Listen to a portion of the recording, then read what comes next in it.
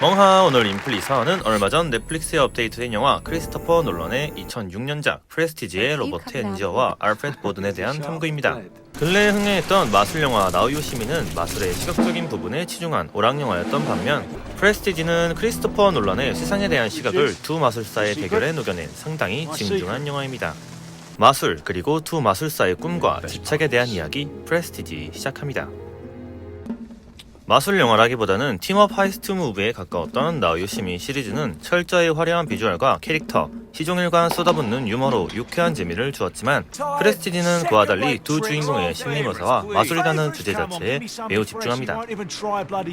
놀란 감독은 마술을 3단계로 나누어 설명합니다.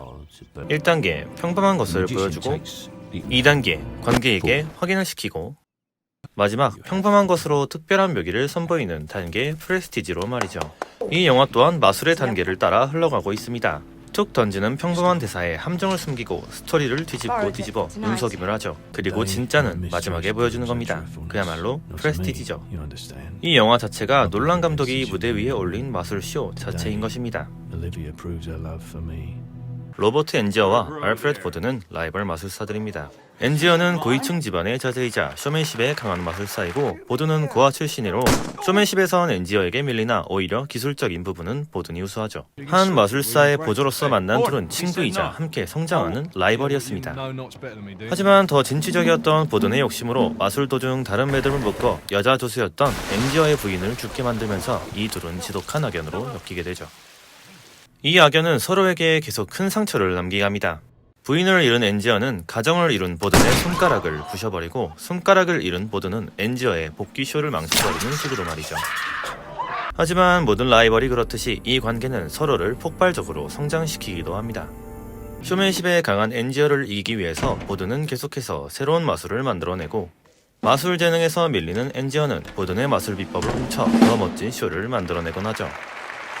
겉보기엔 비슷하지만 섞일 수 없는 물과 기름처럼 그 둘은 멈출 수 없는 대결을 하며 자리를 넓혀갔습니다. 집착은 젊은이의 전유물이다 라는 대사가 아주 잘 어울리는 인물입니다. 집착의 화신이죠.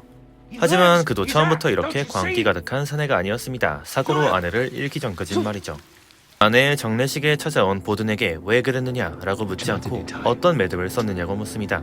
이 비틀린 질문과 함께 그의 열정과 집착은 잘못된 관역을 가리키게 되죠. 그리고 그는 무대 위에서 아내를 잃었다고 해서 무대에 다시 못 설 위인도 아니었습니다. 보든의 손가락을 총으로 쏴버리고 얼마 후에 엔지니어인 카터를 다시 만나 새로운 무대를 준비하죠. 물론 그것도 보든에 의해 실패하지만 말입니다. 훗날 결국 엔지어는 대역을 이용해 보든의 순간이동 마술을 카피하여 특유의 쇼맨십으로 공연을 성공시킵니다. 하지만 그 또한 보든의 함정에 빠져 공연을 망치고 사고로 다리도 절개되죠. 분노한 엔지어는 보든의 조수 팔론을 납치, 보든을 협박합니다. 하지만 이 또한 단순한 복수가 아니었습니다. 엔지어는 보든의 비법에 대한 집착으로 범행을 한 것이었죠. 보든의 정보를 따라 만난 테슬라에게서 엔지어는 순간이동 기기가 아닌 피를 받게 됩니다. 비둘기 마술을 하며 손에 피를 묻히는 것을 두려워했던 엔지어는 실험체로 사용되는 고양이를 보며 흠쩍하지 않습니다. 이미 변해버린 것이죠. 테슬라의 만류에도 불구하고 그는 복제 기계로 순간이동 마술을 강요합니다. 오직 고든의 순간이동 마술보다 뛰어난 마술을 하겠다는 집착이 만든 끔찍한 쇼를 말이죠. 이토록 로버트 엔지어는 질투와 집착에 눈이 멀어 끝없이 잘못된 방향으로 날아가는 화살 같은 존재입니다. 허나 그의 세상에선 그 화살이 도착할 관역은 없었습니다. 매달리면 매달릴수록 관역은 자리를 바꾸고 그 주위를 맴돌 뿐이었죠. 중국인 마술사의 마술에 대한 헌신과 희생을 보며 자신은 그런 거짓된 삶은 살 수 없다고 했던 엔지어는 이미 거짓으로 가득 찬 인생을 살고 있었습니다. 거짓 투성이인 자신의 세계를 알면서도 눈을 돌린 것이죠. 그 현실을 받아들이는 게 너무 두려웠던 겁니다. 이 공허한 박수갈채는 그를 어디로 이끌고 있는 걸까요? 알프레드 보든은 타고난 마술사입니다. 극중 기술적인 마술을 사용하는 건 보든뿐이죠. 하지만 넘치는 재능을 따라가지 못하는 한 가지가 있었습니다. 바로 쇼맨십이죠. 보든은 총알잡기 마술, 순간이동 마술을 개발하는 등 굉장히 창의적인 행보를 보이지만 쇼 자체가 밋밋하고 요령이 없어 같은 마술을 해도 엔지어에게 밀리기 일쑤였습니다. 이처럼 찬란한 재능을 가졌지만 갖지 못한 쇼맨십, 돈, 여자는 모두 엔지어가 가지고 있는 것입니다. 보든의 아내를 죽게 한 것은 그의 욕심에서 나온 실수였지만 그 후의 복수들은 전부 질투와 우월감을 놓지 못했기 때문에 나온 행동이었죠. 엔지어의 아내가 죽고 난 후 보든도 가정을 꾸렸습니다. 그를 미행한 엔지어는 그 행복한 모습을 보고 분노하지만 곧 그의 불안정함을 발견합니다. 보든 또한 거짓되고 뒤틀린 삶을 살고 있었던 것이죠. 그리고 보든의 부인 세라는 그의 거짓을 가장 먼저 알아챈 인물입니다. 표정만으로 그의 진심을 알아챌 수 있는, 가장 사랑했기에 가장 불행한 결혼 생활을 해야 했던 인물이죠. 마술을 위한 완벽한 헌신과 희생으로 자부했던 그의 거짓은 아이러니하게도 가장 사랑했던 여성과 가장 증오했던 남자만이 볼 수 있었습니다. 물론 그들이 감춰진 진실까지 간파한 건 아니었지만 말이죠. 보든은 사실 불안정한 한 인물이 아니었습니다. 완전한 둘이 하나의 인격을 연기했던 것이죠. 보든은 쌍둥이 형제가 있었던 것입니다. 세라에게 사랑을 말할 때 오늘은 진심이 아니다 라는 말을 들은 건 형과 동생이 필요에 따라 보든을 연기했기 때문이죠. 보든은 이런 거짓된 연기로 완벽한 순간이동 마술을 해냅니다. 하지만 그에 따른 희생은 너무 큰 것이었죠. 엔지어 때문에 잘린 손가락을 똑같이 만들기 위해 손가락을 잘라내고 각각 다른 여성을 사랑하여 가정에 수많은 불행을 낳았습니다. 결국 그의 변덕과 분열된 모습을 견디지 못한 세라는 자살을 선택하게 되죠.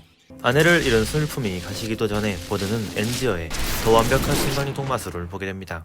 아내를 진심으로 사랑했던 형은 포기하고 물러나고자 하지만 동생은 분노하여 엔지어의 무대 뒤로 침투합니다. 그곳에서 복제를 끝내 역할을 마친 엔지어가 수조 속에서 익사하는 것을 보게 되죠. 이는 엔지어의 함정이었고 동생은 살인죄로 교세형을 당하게 됩니다. 살아남은 형은 엔지어에게 복수를 하지만 이미 치룬 희생이 너무나도 컸습니다. 마술을 위한 완벽한 희생이라 생각했지만 이미 그의 손에 남아있는 것이 아무것도 없었죠. 아내, 동생, 그리고 보든, 자기 자신마저 말입니다. 엔지어는 나아가는 방향은 잘못되어 있었지만 착실히 한 방향으로 나아갈 수 있는 인물이었습니다.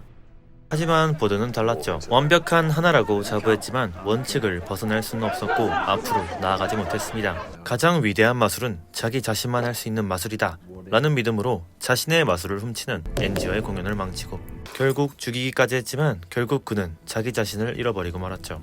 이제 겨우 하나가 된 그의 세상은 눈을 돌릴 곳조차 잃어버렸습니다. 그의 재능과 희생은 이제 어디로 나아가야 하는 걸까요? 이상 마치겠습니다. 감독은 말합니다. 사람들은 속임수를 알아내려 하지 않는다고. 사실을 알면 실망하기 때문이라고. 사람들은 사실 이 세상이 매우 간단하고 비참하며 나만 거스를 수 있는 원칙 따윈 없는 것이란 걸 알고 있습니다. 하지만 그 사실을 마주하면 너무나 실망할 것이기에 애써 눈을 돌리고 있는 것이죠. 시청해주셔서 감사합니다. 지금까지 방구석에서 영화 플레이해주는 남자 방구로 김바오였습니다.